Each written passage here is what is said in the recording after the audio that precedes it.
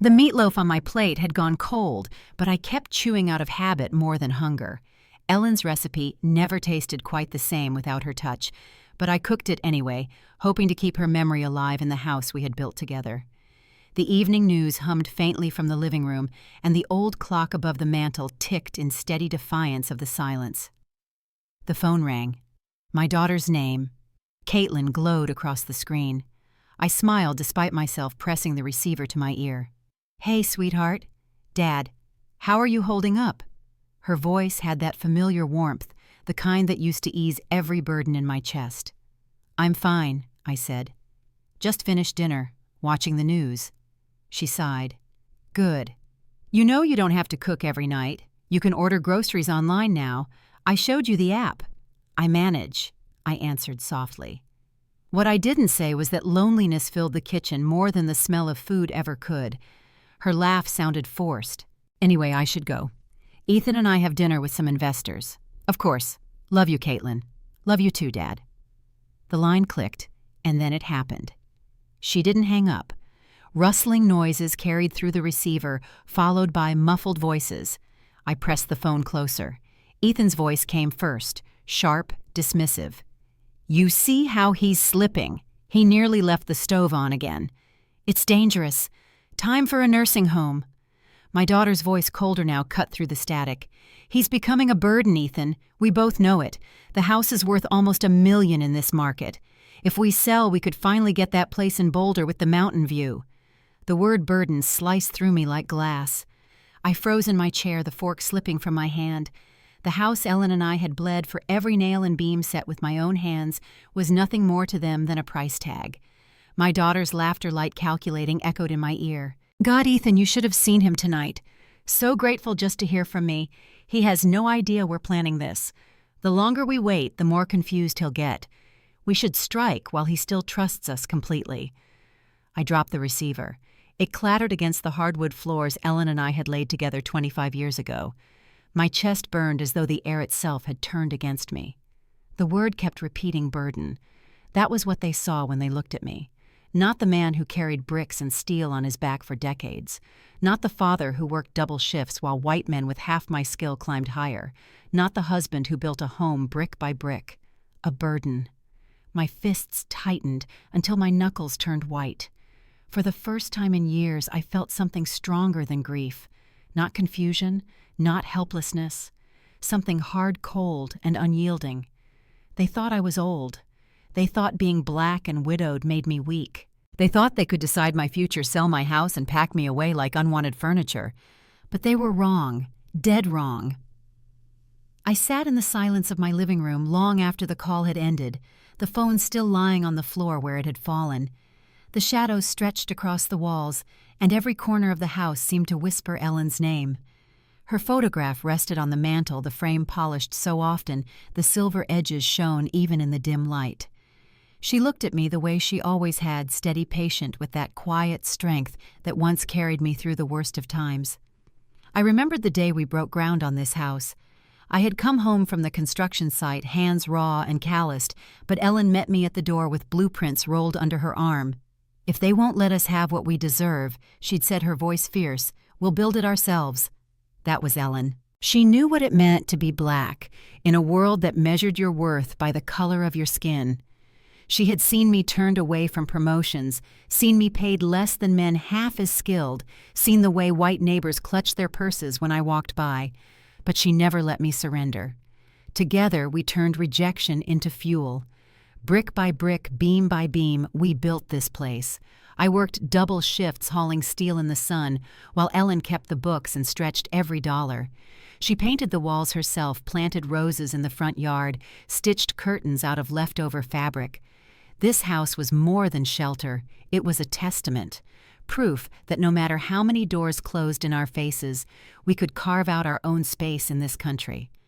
Now that legacy was under threat, not from strangers, not from racist neighbors who once whispered about that black family down the block, but from my own daughter. I sat back in Ellen's old recliner, the leather still worn smooth from her evenings spent reading. I could almost hear her voice in the rustle of the curtains. "Don't let them take advantage of you, Marcus. Don't ever forget who you are." But part of me had forgotten. I had let grief dull my edges.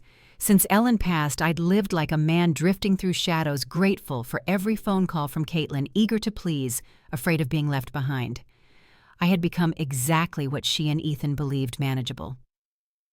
My gaze traveled to the old Bible on the side table, its pages marked with Ellen's handwriting. Inside a note she had once left me, "Don't give her so much that she forgets to be grateful." Those words hit harder now than they ever had. Ellen had seen the danger even back then. She knew that love without boundaries could turn into exploitation. A storm brewed in my chest as I rose and walked slowly through the house. Each room echoed with her memory. The kitchen where she sang hymns while stirring Sunday dinner, the bay window she had begged me to build so she could read in the sun, the bedroom where she whispered her last breath into my ear. This was our fortress, and now my daughter planned to sell it off like stock on the market, erasing every trace of sacrifice, every piece of history that carried the weight of race resilience and love. I placed my palm against the wall, the cool surface steady beneath my hand. For a moment, it felt like Ellen was there, reminding me, this house is not theirs. It was never theirs. It is yours. Protect it. The grief in my chest hardened into resolve. I was no one's burden. Not then. Not now. The word haunted me long into the night. Burden. It echoed through the empty halls louder than the creaks of the old floorboards, sharper than the wind rattling the windows. I had been called many things in my life, hard worker, dependable, stubborn, but never that. Not by strangers, not by bosses who underpaid me, and certainly not by my own flesh and blood. I sat at the kitchen table, the same one Ellen and I had bought secondhand when we were young, and let the memories flood in. I saw myself on construction sites, back bent beneath the weight of steel beams, sweat soaking through my shirt as the Colorado sun beat down. I remembered the sting of injustice watching white men less experienced, less skilled, get promoted ahead of me. Company image, the foreman had whispered once as though I didn't understand. Image meant white. Image meant not me. I bore it all in silence, not because I was weak, but because I had a family to protect. I carried the weight of bills, tuition, weddings, and groceries grinding down my own bones to build a life for Caitlin. Yet now, after all of that, she dared to label me burden. The hypocrisy clawed at me. When I was young, being black meant being invisible unless they needed your labor. And when you grew old, it meant being discarded, stripped of dignity, tossed aside, as if survival itself had been a mistake. My hands curled into fists as I thought of Ethan, his voice dripping with casual cruelty. He had never once seen me as anything more than the old black man in the corner tolerated for my usefulness. I recalled the smirk he wore at family dinners, the subtle way he corrected my grammar, the way he looked relieved whenever Caitlin reassured him that she'd handle me. It was never said aloud, but I knew. To him, my age and my color were a double strike. To him, I wasn't a man who had built this house with his bare hands. I was a liability. I leaned back and stared at the ceiling, listening to the old pipes groan. Ellen's voice returned as it always did when despair tried to take hold. "Don't let them reduce you, Marcus. Don't let them define you." I rose and walked to the bookshelf, pulling out an old box of photographs. There I was, 25 years younger, standing in front of the half-built frame of this house, my arms roped with muscle sweat pouring down, but smiling because I was building something that mattered. Ellen stood beside me, her hand on her belly, carrying Caitlin beneath her heart. That was no burden. That was legacy. The label they tried to pin on me could not erase what I had done. Still, the sting of betrayal burned. My daughter had once whispered, "Daddy, you're the best father in the world." Now she plotted to trade me for a mortgage. The house felt different that night, as though the walls themselves had absorbed the insult. Every creak in the floor sounded like judgment. Every shadow carried the weight of Ellen's warning. They thought I was weak. They thought age had dulled me, that grief had broken me, that race had chained me to silence. But I was not finished. Not yet. Morning light slipped through the bay window, painting the living room gold, but it only exposed the ache in my chest. I pulled out the old file box Ellen used to keep in the bottom drawer of our desk. Receipts, bills, and records stacked thick as bricks. Proof of every sacrifice I had made. The first envelope I opened held Caitlin's tuition slips, $48,000 over 4 years at the University of Colorado. I remembered those years vividly, working double shifts, my hands raw from laying tile by day and hauling lumber by night. White coworkers joked about the mule who never stopped working. They thought I didn't hear, but I did. I swallowed the insult, telling myself it would all be worth it when Caitlin walked across that stage in her cap and gown. Another folder revealed the wedding bill, $32,000 for one night. I had warned her we could only afford 5, maybe 8 if we stretched. She had cried real tears about her dream wedding, and I had caved as fathers often do because she was my little girl. I worked weekends installing hardwood floors for extra cash, my back screaming with every plank. On the night of her wedding, she whispered into my ear, "Daddy, I'll never forget this." But she had. I sifted through more papers, car loan co-signed in my name, medical bills covered when her insurance lapsed, rent paid when she and Ethan just needed a little help. Each page smelled faintly of sweat and concrete dust because that was the price I paid for her comfort. But beneath the paperwork lay something deeper, memories of what those sacrifices cost me as a black man in America. I remembered being pulled over on my way home from a job, cops asking why I was driving through that neighborhood. I remembered applying for a loan to keep up with tuition and being offered harsher terms than my white coworkers. I remembered Ethan losing his job, moving into my home, and treating me like a tenant instead of the owner. The evidence was there in black and white, decades of my labor, financing a life that now dismissed me as unnecessary. My hand trembled as I set the papers back down. Ellen's voice echoed in my mind. Don't give her so much that she forgets to be grateful. And she had forgotten. Completely. The bitterness turned in my stomach, but with it came something else, a clarity I hadn't felt in years. Those records weren't just bills. They were testimony. Testimony of a man who had given everything and asked for nothing. And testimony that I was no burden. No, the real burden had been mine. And I had carried it all alone. The house was quiet, but my memories filled the silence louder than any clock. I could still see Ethan at my dinner table, leaning back in his chair, the smirk on his lips subtle but sharp. He thought I didn't notice the way he corrected me when I slipped into the southern drawl of my childhood, or how his eyes darted around whenever I talked about the old neighborhood. The one he called rough, the one he never visited because it was too urban. I had endured his comments for years, brushing them off for Caitlin's sake, but now, with the truth exposed, every moment replayed in my mind like a knife twisting deeper. I remembered the first time he came over, the day Caitlin introduced him as her serious boyfriend. He shook my hand firm enough to signal dominance and said, "Sir, I admire how far you've come." At the time, I wanted to believe he meant it kindly, but looking back, I hear what he really said. For a black man, you've managed to climb higher than expected. Over the years, his mask slipped further. At a 4th of July barbecue, when my brother Charles played old blues records, Ethan chuckled and muttered, "This feels like a scene from a history book." My jaw tightened, but Caitlin's laugh cut deeper. She brushed it off as though my family's traditions were relics to be tucked away. She had changed with him, slowly at first, then all at once. She stopped coming to church on Sundays, stopped joining me for the gospel choir events Ellen used to love. She rolled her eyes when I told stories of her grandparents, of how they survived segregation and built dignity out of scraps. "Dad, times are different now," she would say, as if the struggles that shaped us had expired. The worst was when she began apologizing for me in front of Ethan's friends. If I spoke too passionately about politics, she would pat my hand and say, "You know how Dad gets." If I told stories from the job site, she would change the subject, embarrassed by the rough edges of a working-class black man who had built her world. It wasn't just betrayal, it was erasure. Piece by piece, my daughter erased the history that had made her life possible, all to fit neatly into Ethan's world. I stood at the window now, looking out at the quiet street where neighbors once whispered about the black family on Maple Street. Ellen and I had endured that hostility, planting roses in the yard and waving at people who barely waved back.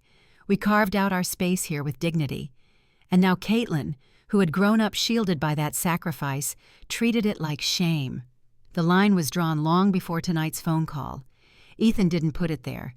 Caitlin did the moment she decided she was safer on his side of the color line than on mine. And now they wanted to cross that line again, stepping over me as though I were just another obstacle. I tightened my fists, the words still burning in my ears. Burden. If they thought my skin and my years made me disposable, they were about to learn otherwise. The next morning I rose with a purpose I hadn't felt in years. The betrayal had burned away my hesitation, leaving only clarity. I shaved carefully, put on my best suit, the navy one Ellen bought for Caitlin's college graduation, and drove downtown. The law office sat on the second floor of an old brick building, modest, no frills, the kind of place that fought for ordinary people. On the glass door was a name I trusted, Howard Brown, attorney at law. I'd met him once years ago at a community event. A black man who had made his way through law school despite every obstacle the world threw at him. Ellen had admired him. "One day you might need someone like him," she had said. Mr. Brown greeted me with a firm handshake and eyes that understood more than my words. His office smelled faintly of leather and coffee lined with law books and framed photographs of his family. A wife, children, grandchildren, faces full of pride. "Mr. Hayes," he said, settling into his chair. "What brings you here today? I told him everything." The overheard phone call. Caitlin's cold calculation, Ethan's dismissive tone. I spoke of the sacrifices Ellen and I had made, of the house we had built, of how they plotted to erase me from my own life. Mr. Brown listened without interruption, his pen gliding across a yellow legal pad. When I finished, he leaned back and tapped the pen against his chin. "Let me be clear, Mr. Hayes," he said. "This house is yours. Your wife's passing left the title solely in your name. Your daughter and son-in-law have no legal claim, none. They cannot sell it. They cannot force you into a facility. They cannot touch a dime of your assets without your consent." Relief washed over me, but anger followed close behind. All those whispered plans, all that laughter at my expense, it was built on nothing but arrogance. So if I chose to sell it myself, I asked. Mr. Brown nodded. "You could. And with Denver's market right now, you'd have no trouble finding buyers. But let me give you some advice, man to man. Don't just think about selling a house. Think about reclaiming your dignity. You've been treated like a burden when in truth you've carried this family on your back. Whatever you decide, do it on your terms." I stared at him, my heart pounding. His words struck deep because they echoed Ellen's words she had spoken long before. "Don't let them take advantage of you. Protect what we built." I rose, shaking his hand with more strength than I thought I had left. "Thank you, Mr. Brown. You've given me exactly what I needed." As I stepped out into the sunlight, I felt the weight of years begin to lift. The decision was mine. The house was mine. My future was mine. For the first time since Ellen's death, I wasn't drifting. I was standing tall. That evening, I walked slowly through every room of the house as though I were visiting a museum built for my own life. Each corner held a story. Each wall carried whispers of the past. I wanted to see it all clearly, not through Caitlin's cold calculations of market value, but through the truth of what this house meant. In the kitchen, I ran my hand across the granite countertop Ellen and I had saved for months to afford. I remembered the long nights sanding plywood in the garage, the sawdust in my hair, the way Ellen kissed my cheek when I finally got it right. I could still hear her laughter the first time Caitlin helped bake cookies here, flowers streaked across her tiny face. The living room still carried echoes of Christmas mornings, wrapping paper scattered across the rug, gospel music playing on the stereo, Ellen humming softly while Caitlin tore into her gifts. I built the coffee table myself, every nail driven with pride, while Caitlin curled at my feet with her homework. But the memories were not all sweet. I remembered when the neighbors came by to complain. "The singing is too loud," they said, referring to the gospel choir rehearsals Ellen hosted. What they meant was too black. I remembered the looks they gave when friends from church parked outside cars lining the street with laughter and fellowship spilling into the night. We weren't just a family in this house. We were outsiders in a neighborhood that tolerated us, but never welcomed us. The hallway led me to Caitlin's old room, still painted a soft yellow. Posters from her teenage years clung to the walls, and I could almost see her sitting cross-legged on the floor, headphones on, ignoring the world. That room was where Ellen and I stayed up late tutoring her through algebra, where we celebrated her acceptance letter to college. It hurt to stand there now knowing she had grown into someone who dismissed all of this as disposable. Upstairs, the master bedroom remained frozen in time. Ellen's jewelry box rested on the dresser, her perfume still faint in the air. On her nightstand, a novel lay open to a page she never finished. It was here in this very room that she took her final breath in my arms, whispering for me to take care of myself. I lingered longest at the bay window. I had built it for Ellen after she saw it in a magazine. It took 6 months of overtime, but the look in her eyes when she first sat there with a book made every ache worth it. That window was her sanctuary, the place she went to dream beyond the walls of this world. Now standing there alone, I felt the house breathe with me. Every brick carried our story. Every floorboard remembered our struggles as a Black family determined to claim space where space was denied. This wasn't just real estate. This was blood and memory and resistance. And I knew then if Caitlin and Ethan wanted to treat this house like currency, I would show them that its true value was something they could never touch. The decision hardened in me like cement. If Caitlin and Ethan thought I was too old, too Black, too broken to protect what was mine, they were about to learn different. The first step was finding someone who knew how to play this game and play it fast. I pulled out my laptop, the same one Caitlin had once insisted on setting up for me. She'd laughed as she showed me how to order groceries online, as if I couldn't learn new tricks. Tonight, I put that same machine to work searching for real estate agents who specialized in quick sales. Most of the profiles I skimmed made me uneasy. White smiles, too polished promises that felt like sales pitches instead of lifelines. But then one name stood out: Jasmine Carter. A Black woman, 40-something sharp eyes in her photograph testimonials, praising her for fighting hard for her clients, especially those ignored or undervalued by the system. I dialed her number before I could second-guess myself. Ms. Carter, speaking her voice, came steady, professional. Ms. Carter, my name is Marcus Hayes. I need to sell my house and I need it done quickly. She asked me a few questions: location, condition, square footage. When I told her I had built most of it myself, she paused. Mr. Hayes' houses like that don't just sell, they command respect. But let me be blunt. Have you considered how they might try to underprice it because of who you are? Her words hit home. I had lived that reality before. Loans denied, wages cut, always told to settle for less. Even in death, Ellen's voice warned me against it. That's why I called you, I said. Her tone sharpened, determined. Then I'll make sure they don't rob you of what you built. I've seen too many Black families lose generational wealth because others think they can take advantage. Not on my watch. We arranged a meeting for the next morning. She promised to bring comps paperwork and a plan to move quickly before anyone else could interfere. After hanging up, I walked through the house once more this time, not with nostalgia, but with strategy. I wiped down counters, tightened loose screws, straightened photographs. Not because I wanted Caitlin's approval, but because I wanted the house to show its worth in every detail Ellen and I had poured into it. Standing in the bay window, I pictured Jasmine walking and seeing the craftsmanship, feeling the story etched into the walls. She would understand. She would fight for me. And Caitlin, my daughter, who laughed about my decline, would return to find the house gone, the inheritance vanished, and her father standing taller than ever. The counterstrike was already in motion.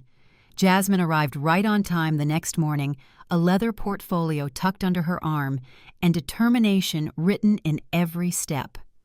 She paused at the doorway, eyes sweeping across the crown, molding the oak floors, the bay window Ellen loved. Mr. Hayes, she said with a small smile, this isn't just a house. This is craftsmanship. For the first time in days, pride stirred in my chest. Built it with my own hands, I told her. She walked slowly through each room, taking notes on her tablet, stopping often to admire the details. At the kitchen counter, she ran her hand along the granite Ellen had chosen. They'll want to undervalue it, she said softly, almost to herself. But I won't let them. This house tells a story, and buyers will pay for that. At the dining room, she turned to me. How quickly do you want this done? As fast as possible, I answered. Before my daughter and her husband returned from their trip. She didn't flinch, didn't ask for explanations. I wasn't ready to give. Instead, she nodded. Then we'll move in silence. I already know investors looking for properties like this, cash buyers, no financing delays. If we price it right, we can close within 10 days. The speed of it made my head spin. 10 days!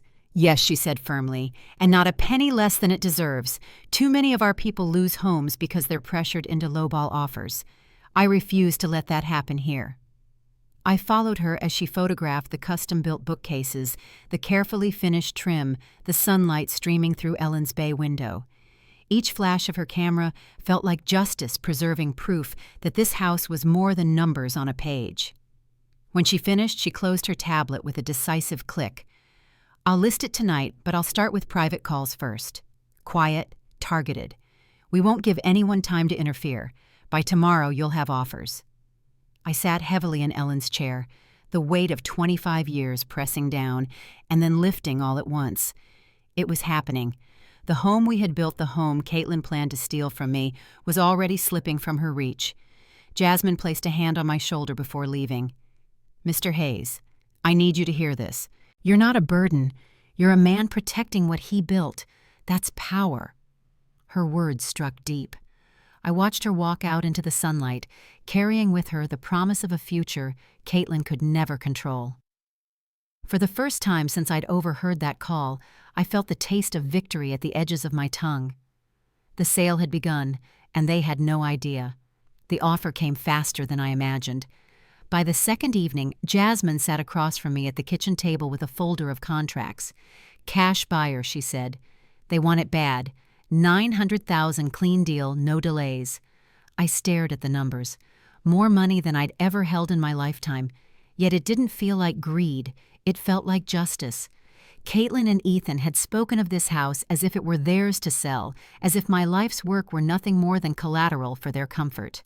Now the money would never touch their hands. When the signatures were inked, I walked through the house one final time. This time, I wasn't weighed down by grief. Each room felt like a chapter I could close. Ellen's voice whispered through the halls, not warning me anymore, but urging me forward. I packed only what mattered. Ellen's jewelry box, her Bible with handwritten notes in the margins, the family photos she had arranged so carefully. The rest I left behind.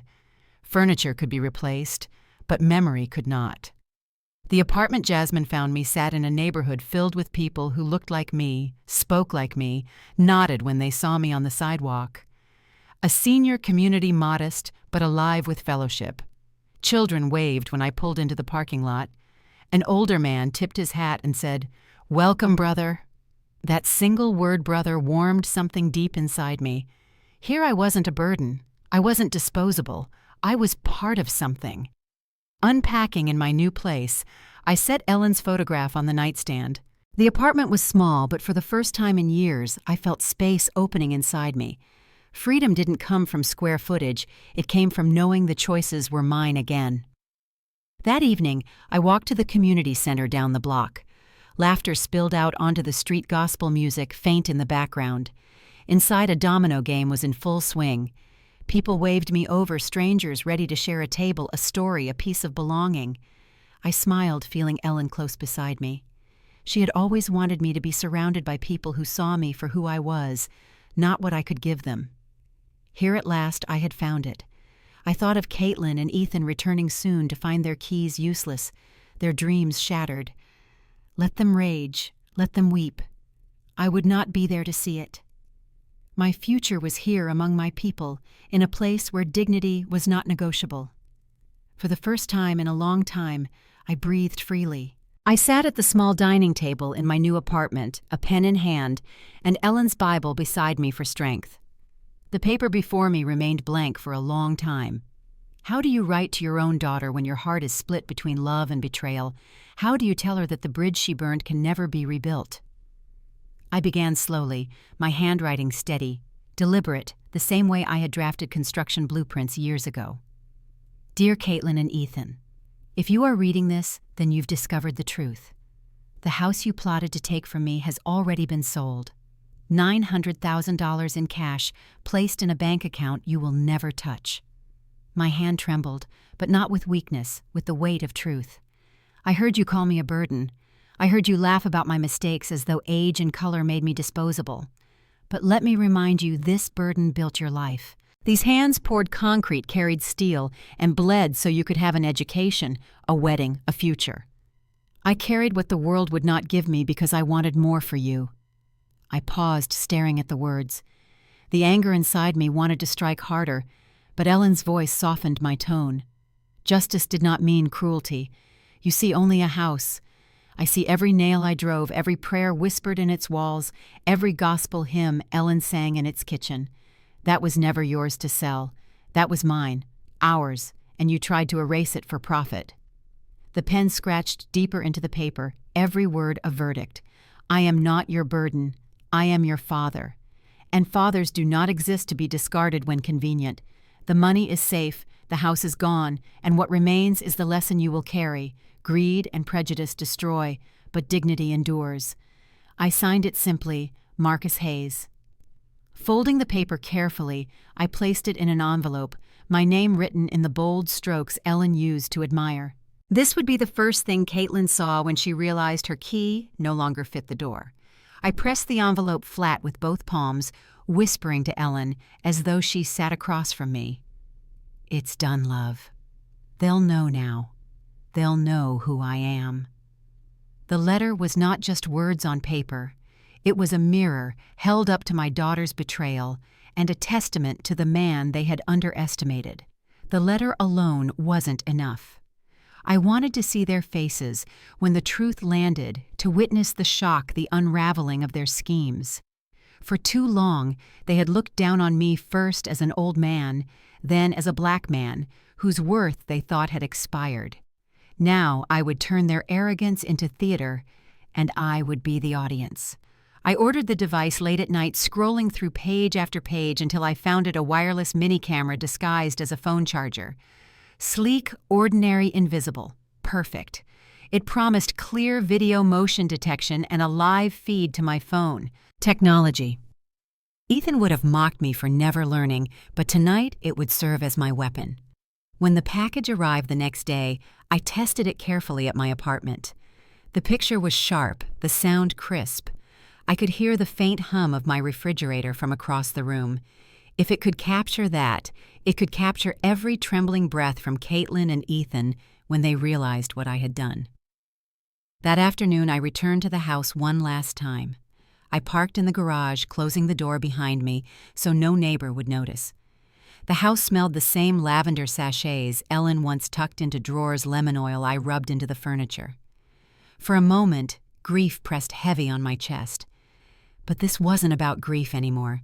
This was about justice. I plugged the camera into the outlet by the front door, angled it just right to see anyone who entered. Through my phone, the feed came alive, the doorway, the welcome mat, the wall where I would tape my letter. Perfect. I walked through the rooms, slowly touching the mantel, the staircase banister, the bay window. For 25 years, this house carried our story. Now it would record the final chapter. On the inside of the door at eye level, I taped the envelope with my careful handwriting, Caitlin and Ethan. My message to them, waiting like a blade sheathed in plain paper. Before leaving, I checked the feed once more.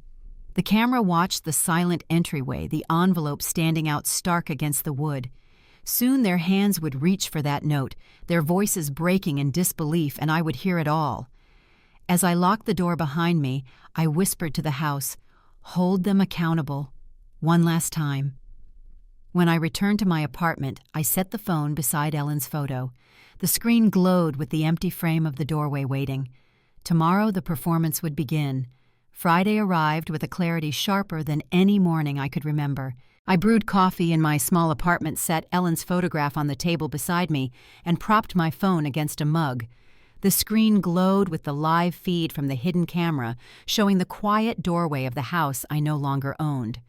By late afternoon, motion stirred across the screen.